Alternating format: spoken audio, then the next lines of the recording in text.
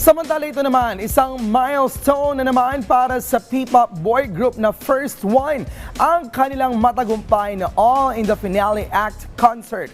Kaya naman, alamin natin ang buong detalye sa Showbiz Reports ni MJ Perenya.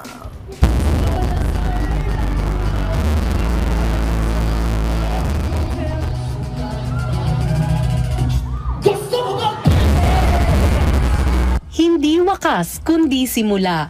Yan ang mensahe ng grupong First One sa kanilang matagumpay na All in the Finale Act concert na ginanap kamakailan. Opening pa lang ay malakas na hiyawan agad ang sumalubong sa grupo nang i-perform nila ang mga kantang Takma Dyan Na at Problem Child.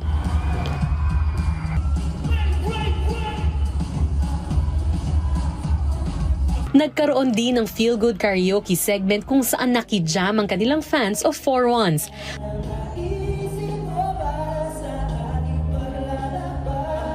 At mas pinasaya rin ang gabi nang kantahin nila ang Gusto Mo Ba kasama si Jika Marie na mayroong ring solo stage.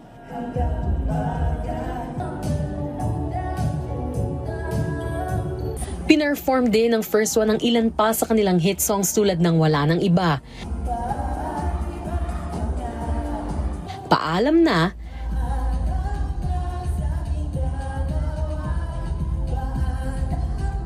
Dito,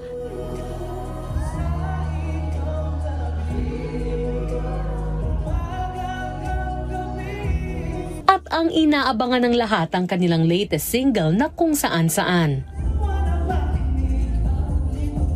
Bukod sa high-energy performances, mas naging espesyal pa ang concert nang makatanggap sina Ace, Max, Joker, Jay, Alpha at Jason ng framed copies ng Murillo Velar de Map at kinilala sila bilang Guardians of the Soul of the Nation.